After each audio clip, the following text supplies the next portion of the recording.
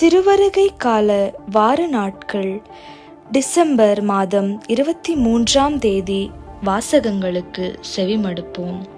இறைவாக்கினர் மலாக்கி நூலிலிருந்து வாசகம். படைகளின் ஆண்டவர் கூறியது, இதோ நான் என் தூதனை அனுப்புகின்றேன், அவர் எனக்கு முன் வழியாய் ஆயத்தம் செய்வர். அப்பொழுது நீங்கள் தேடுகின்ற தலைவர் திடீரென தம் கோவிலுக்கு வருவர். நீங்கள் ஆவலுடன் எதிர்பார்க்கும் உடன்படிக்கையின் தூதர் இதோ வருகின்றார் என்கிறார் படைகளின் ஆண்டவர். ஆனால் அவர் வரும் நாளை தாங்கக்கூடியவர் யார்? அவர் தோன்றும் பொழுது நிற்க வல்லவர் யார்? அவர் புடமிடுபவரின் நெருப்பை போலும் சலவை தொழிலாளியின் சவர்க்கத்தை போலும் இருப்பார். அவர் புடமிடுபவர் போலும் வெள்ளியை தூய்மைப்படுத்துபவர் போலும் அமர்ந்திருப்பார். லேவியின் புதல்வரை தூய்மையாக்கிய பொன் வெள்ளியைப் போல் அவர்களை புடமிடுவர். அவர்களும் ஆண்டவருக்கு ஏற்புடைய காணிக்கை கொண்டு வருவார்கள்.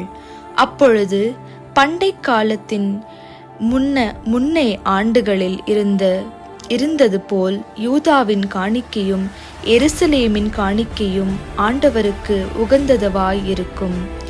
இதோ பெரிதும் அச்சத்தை தோன்றுவிப்பதற்கு முன் ஆண்டவரின் நாள் வரும் முன் இறைவாக்கினர் எலியாவை நான் உங்களிடம் அனுப்புகின்றேன். நான் வந்து உலகை சபித்து தண்டிக்காதபடி அவர் பெற்றோரின் உள்ளங்களை பிள்ளைகளிடமும் பிள்ளைகளின் உள்ளங்களை பெற்றோரிடமும் திரும்புமாறு செய்வார். ஆண்டவர் வழங்கும் அருள்வாக்கு. இறைவா உமக்கு நன்றி. பதிலுரை பாடல் பல்லவி. தலை நிமிர்ந்து நில்லுங்கள், உங்கள் மீட்பு நெருங்கி வருகின்றது. ஆண்டவரே, உம் பாதைகளை நான் அறியச் செய்தருளும். உம் வழியை எனக்கு கற்பித்தருளும். உமது உண்மை நெறியில் என்னை நடத்தி எனக்கு கற்பித்தருளும். ஏனெனில் நீரே என் மீட்பராம் கடவுள். பல்லவி. தலை நிமிர்ந்து நில்லுங்கள், உங்கள் மீட்பு நெருங்கி வருகின்றது. ஆண்டவர் நல்லவர், நேர்மையுள்ளவர். ஆகையால் அவர் பாவிகளுக்கு நல்வழியை கற்பிக்கின்றார். எளியோரை நெறிய வழியில் அவர் நடத்துகின்றார். எளியோருக்கு தமது வழியை கற்பிக்கின்றார். பல்லவி. தலை நிமிர்ந்து நில்லுங்கள், உங்கள் மீட்பு நெருங்கி வருகின்றது.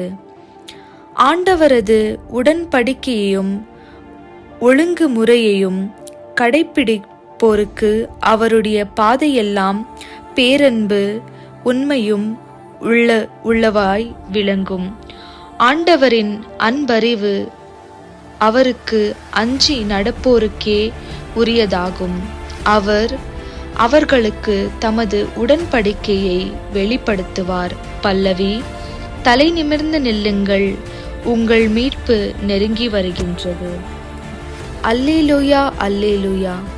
மக்கள் அனைவருக்கும் அரசரே, திருச்சபையின் மூலை கல்லே, மண்ணிலிருந்து நீர் உருவாக்கிய மனிதனை மீட்க வரும். அல்லேலூயா. லூக்கா எழுதிய நற்செய்தியிலிருந்து வாசகம். அதிகாரம் 1, திருவசனம் 57 முதல் 66 வரை. எலிசபெத்துக்கு பெருங்காலம் நெருங்கியதும் அவர் ஒரு மகனை பெற்றெடுத்தார். ஆண்டவர் அவருக்கு பெரியது இரக்கம் காட்டினார் என்பதை கேள்விப்பட்டு சுற்றி வாழ்ந்தோர் உறவினரும் அவரோடு சேர்ந்து மகிழ்ந்தனர். 8ஆம் நாளில் அவர்கள் குழந்தைக்கு விருத்த சேதனம் செய்ய வந்தார்கள். சகரியா என்ற அந்த தந்தையின் பெயரையே அதற்கு சூட்ட இருந்தார்கள். ஆனால் அதன் தாய் அவர்களை பார்த்து, வேண்டாம், அதற்கு யோவான் என பெயரிட வேண்டும் என்றார். அவர்கள் அவரிடம், உன் உறவினர்களுள் இப்பெயர் கொண்டவர் எவரும் இல்லையே என்று சொல்லி, குழந்தைக்கு என்ன பெயரிடலாம் உன் விருப்பம் என்ன என்று தந்தையை நோக்கி சைகை காட்டி கேட்டார்கள். அதற்கு அவர் எழுதும் பலகை ஒன்றை கேட்டு வாங்கி இக்குழந்தையின் பெயர் யோவான் என்று எழுதினார். எல்லோரும் வியப்படைந்தனர். அப்பொழுதே அவரது வாய் திறந்தது, நாவ் கட்டவிழ்ந்தது. அவர் கடவுளை போற்றி புகழ்ந்தார். சுற்றி வாழ்ந்தோர் அனைவரும் இதை பற்றி கேள்விப்பட்டு அஞ்சினர். இச்செய்தி யூதேயா மலை நாட்டெங்கும் பரவியது. கேள்விப்பட்டவர்கள் யாவரும் இச்செய்தியை தங்கள் உள்ளங்களில் இருத்தி இக்குழந்தை எப்படிப்பட்டதாக இருக்குமோ என்று சொல்லிக் கொண்டார்கள். ஏனெனில் அக்குழந்தை ஆண்டவருடைய கைவன்மையை பெற்றிருந்தது. இது கிறிஸ்து வழங்கும் நற்செய்தி. கிறிஸ்துவே உமக்கு புகழ்.